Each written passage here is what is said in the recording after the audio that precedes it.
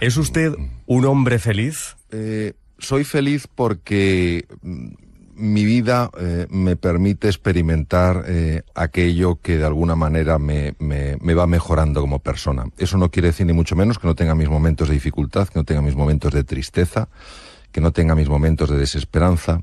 Lo que tengo es una guía que me orienta y me dice cómo tengo que tomarme esos momentos para aprender de ellos, para crecer interiormente. Para mí ese concepto es la felicidad, mucho más que un sentimiento, una guía, un sentido vital y unos valores que son los que de alguna manera están orientando constantemente mi vida y me ayudan pues a ir poco a poco tejiendo o aflorando la mejor versión de mí mismo, que es como yo quiero vivir.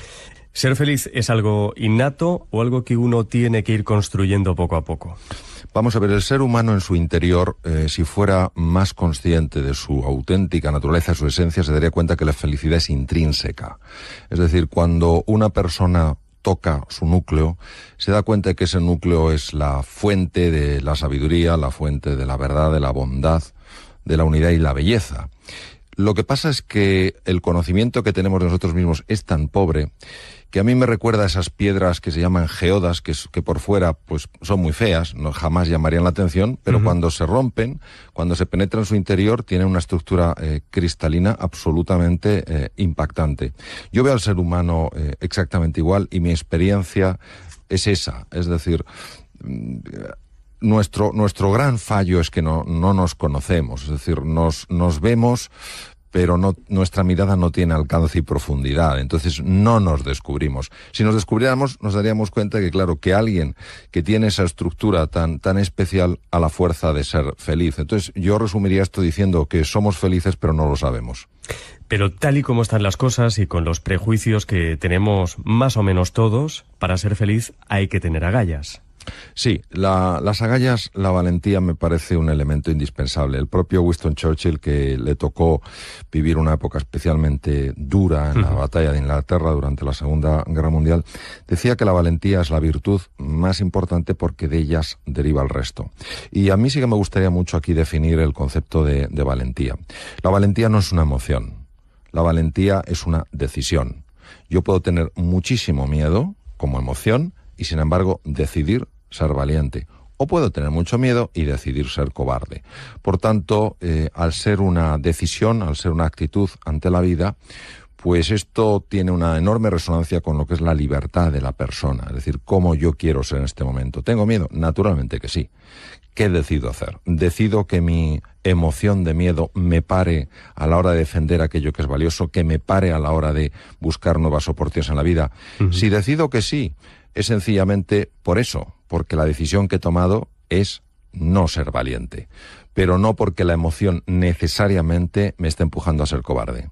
Usted habla en el libro también de las emociones tóxicas, que dice que debemos evitar. El problema fundamental de las emociones tóxicas no es ya que generen estos sentimientos incómodos a nivel consciente, es lo que se ha demostrado que son capaces de hacer a nivel corporal. A nivel cerebral, por poner un ejemplo, y hablo literalmente, no intento exagerar las cosas, sino que son fundamentos muy sólidamente ya demostrados.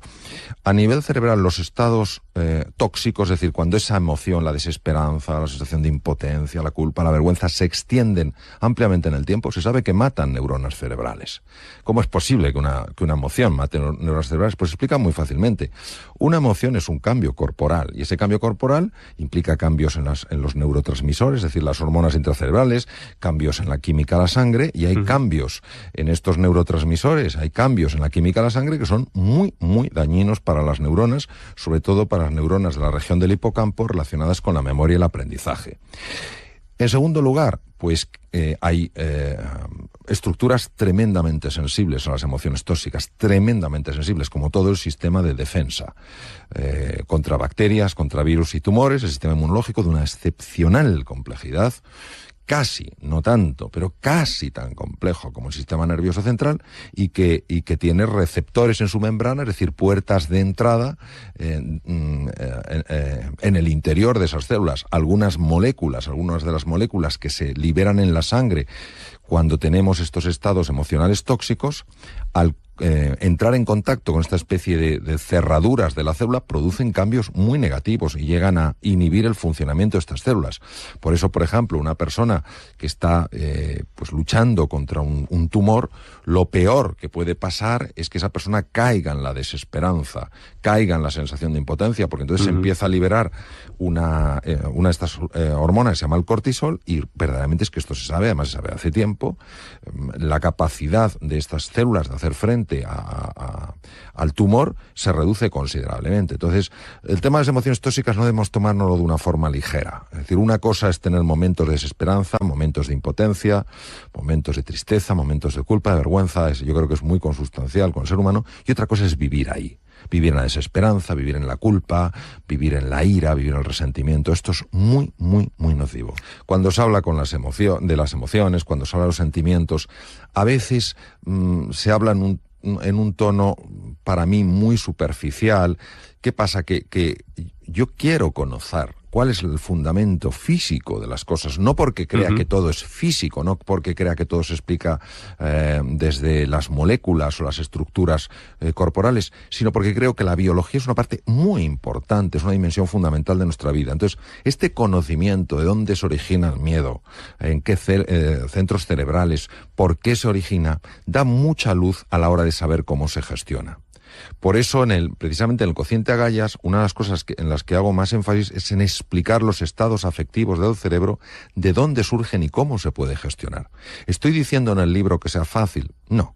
Estoy diciendo en el libro que es posible, pero ¿cómo vas a poder gestionar algo que no entiendes ni siquiera cómo funciona? Si tú lo conoces, puedes comprender y entonces puedes gestionarlo y puedes superarte. Ese es el objetivo. Por eso, para mí, la ciencia siempre tendrá en mi vida un papel absolutamente esencial. Sí es cierto que hay personas más resistentes a los golpes de la vida que otras. ¿A qué se debe eso? Ha habido desde hace mucho tiempo el típico debate, que es el debate eterno, ¿no? De se nace, se hace, se entrena, etcétera. Y un poco como diciendo, bueno, la persona se moldea por completo, o la persona nace hecha. Y por eso me gusta tanto la frase de Ortega, no somos un participio, somos un gerundio. No fantástica, fantástica. Exacto, es maravilloso, sí. No estamos hechos del todo, sino que nos vamos haciendo. Vamos a ver.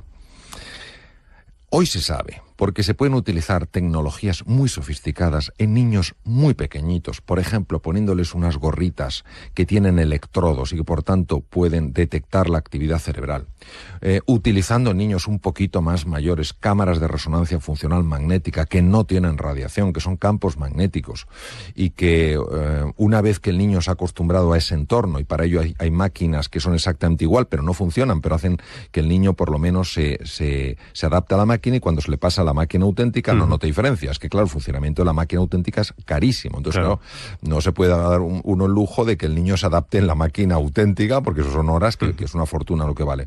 Entonces se ha podido ver que hay niños que nacen ya con una predisposición clara a ser más optimistas en la vida, y hay niños que nacen con una predisposición clara a ser más pesimistas en la vida. Esto no debería sorprendernos, porque cualquier persona que tenga hijos o sobrinos y les ha llevado a una fiesta con otros niños se habrá dado cuenta de que algunos niños muy pequeñitos enseguida están explorando, jugando y relacionándose, y otros niños que se quedan pegados al padre, pegados a la madre, en un rincón, etcétera. Esto, ¿qué quiere decir? ¿Quiere decir que venimos determinados por naturaleza? En absoluto. Quiere decir que venimos por naturaleza con una inclinación, con una tendencia a ver el vaso medio lleno o medio vacío. ¿Por qué digo que es una tendencia? Porque hoy, gracias al conocimiento de la neuroplasticidad, es decir, de la transformación cerebral, y sobre todo lo que significa la fuerza al carácter, por eso el título, el cociente Agallas, se sabe cuando una persona está ilusionada, cuando una persona conoce estos procesos, cuando una persona está verdaderamente comprometida con entrenarse, le puede dar la vuelta a su personalidad como un calcetín. Es decir, una persona que nació con una tendencia a ver la parte oscura, negativa de la vida, empieza a ver el lado positivo. Claro, ver el lado positivo no quiere decir no ver la dificultad, quiere decir fijarse más en la oportunidad. Mientras que personas que nacen con la tendencia a ver el lado positivo, si se duermen en los laureles, si piensan que como ya han nacido con eso, pues está todo hecho, pueden ir perdiendo esa capacidad de ver el lado positivo, contaminándose a veces por la toxicidad que hay en el entorno, porque muchas veces, sobre todo en situaciones complicadas como la actual, donde la mayor parte de las conversaciones lamentablemente son de tono negativo, que es el tipo de contrario que tendríamos que tener, se van contaminando si no hacen un trabajo, porque se fían demasiado con lo que nacieron. Entonces, al final, es verdad que hay personas que nacen con una lotería, les ha tocado la lotería, han nacido con una...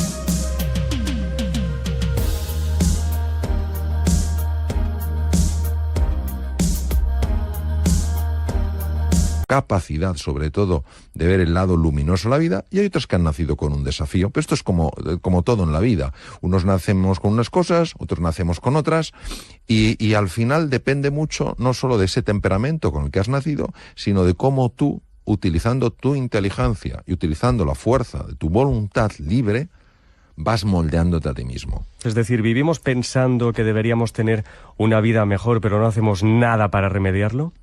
Sí, vamos a ver. Tenemos una inclinación en general, por supuesto no se puede explicar a todo el mundo, en general tenemos una tendencia, una inclinación a fijarnos más en lo que no tenemos que en lo que tenemos, en lo que no hemos alcanzado que en todo lo que hemos conseguido, en lo que está mal de la vida y no todas las cosas que están bien. Damos por supuesto tantas cosas y solo nos damos cuenta de su valor cuando lo perdemos. Es decir, yo qué sé, vas perfectamente por la calle, un día te da un tirón y te das cuenta de que te tienes que ir moviendo como puedes.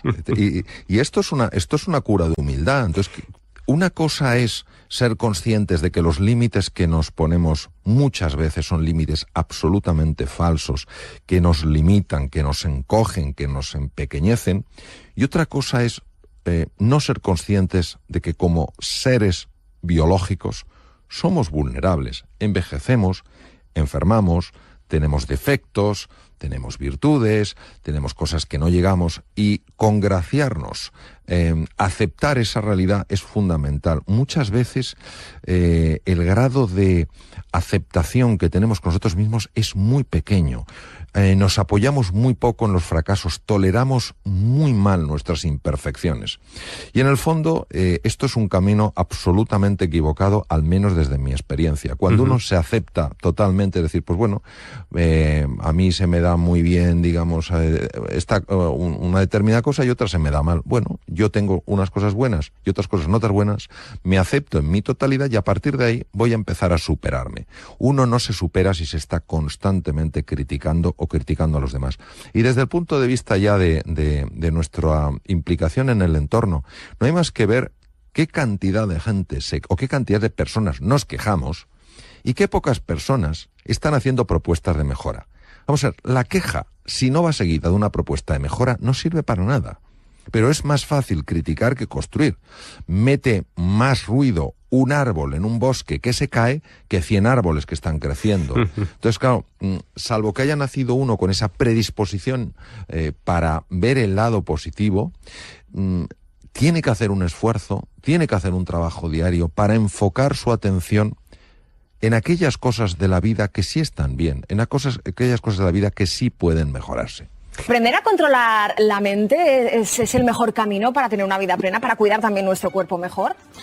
Yo casi cambiaría la palabra controlar por gestionar, porque controlar es como intentar dominar, intentar manipular, y la mente es demasiado poderosa como para eso. Sin embargo, gestionarla.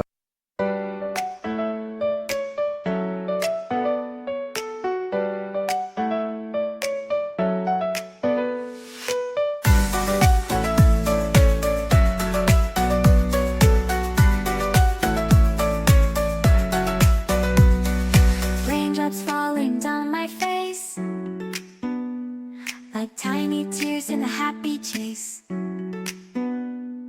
Hopping through the puddle sea, colors dancing wild and free. Skies are gray but I don't mind, cool raindrops on my skin I find. Kicking off my Saturday, watch the clouds just drift away. Rainbow in the rain, what a sight. Colors shining oh so bright, dancing in the streets so bright. Everything will be alright.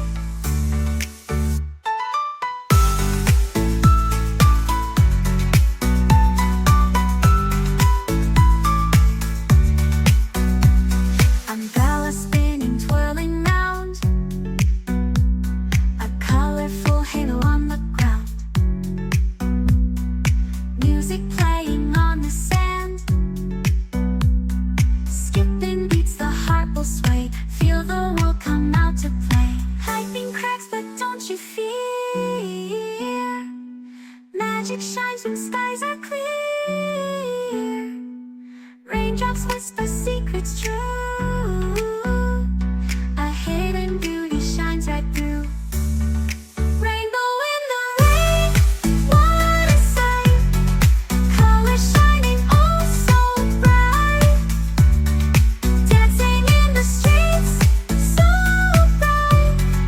Everything will be alright.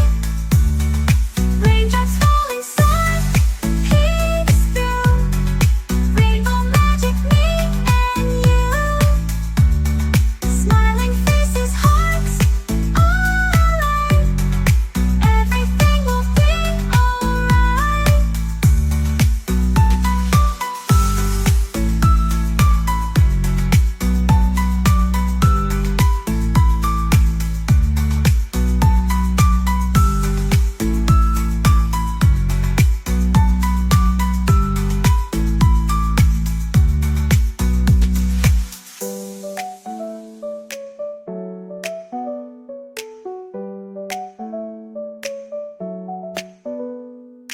Raindrops falling, sun peeks through. Rainbow magic, me and you. Smiling faces, hearts alight. Everything will be alright.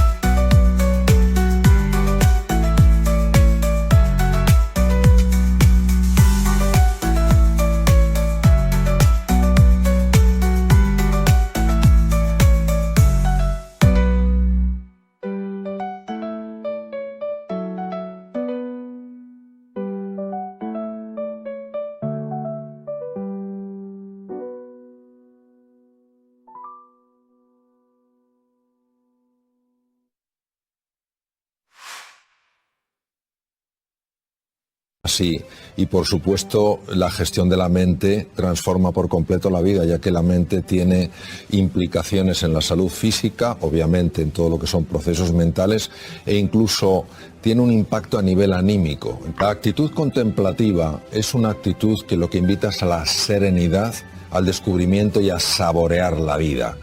Lo mismo cuando se aplica a la comida, saborear la comida, no sencillamente engullir.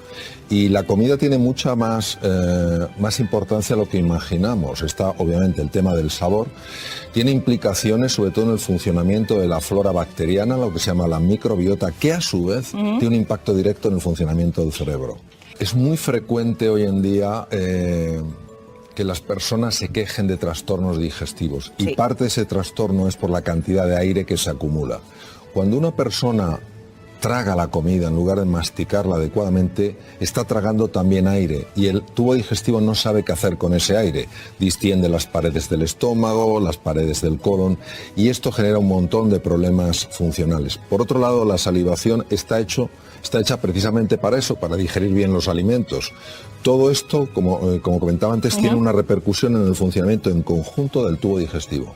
Cuando uno come despacio, está reduciendo los niveles de tensión. Yo sé que hay personas que se ponen más tensas cuando comen despacio, pero eso no quiere decir que el comer despacio te ponga tenso. Es que nos hemos acostumbrado a vivir de una forma, digamos, entre comillas, desordenada. Cuando una persona come más despacio, se genera un mayor estado de serenidad, que no solamente afecta, obviamente, al funcionamiento en su conjunto del tubo digestivo, sino que también afecta al conjunto de la persona. Pero también nuestra respiración. Nosotros tenemos varios músculos respiratorios y el más importante es el diafragma. El diafragma es un músculo único en cuanto que tiene control inconsciente y control consciente, por eso no tenemos que estar despiertos todo el tiempo, sino que la respiración se mantiene. Y sabemos perfectamente que cuando se respira de forma adecuada cambian procesos cerebrales, se sincronizan mejor los dos hemisferios cerebrales. Sabemos que en las situaciones de estrés se produce un cambio brutal en el patrón respiratorio y cuando una persona aprende a respirar, sobre todo con el diafragma, el estado de serenidad empieza a aparecer de nuevo en su vida. Por eso es muy importante la respiración. ¿Y por qué es tan importante dormir lo suficiente?